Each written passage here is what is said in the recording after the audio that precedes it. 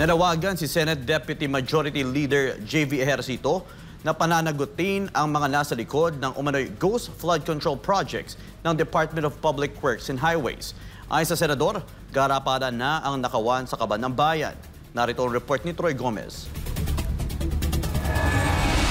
Mariing kinundi na ni Senate Deputy Majority Leader J.V. Ejercito ang pag-iral ng ghost flood control projects matapos itong aminin mismo ng DPWH. Kinestyon ni Ejercito kung saan napupunta ang taunang 350 bilyong pisong pondo para sa flood control na tila hindi ramdam ng mga lugar na laging binabaha. Muli ring iginit ng Senador ang pangangailangan para sa malakihang solusyon gaya ng floodways, spillways at water impounding projects at hindi puro maliliit na slope protection at drainage works. Kasabay nito ay muling inihain ni Ejercito ang Senate Bill No. 2 o MIND Act na magtatakda ng 30 taong master plan sa mga proyektong pang-infrastruktura ng bansa. Binigyan din ni Ejercito na kung hindi magiging buo at sistematiko ang pagpapatupad ng flood control projects, mananatiling bigo ang bilyong-bilyong pondo na nakalaan para dito. Para sa Diyos at sa Pilipinas kumahal, Troy Gomez nag-uulat, SMNI News.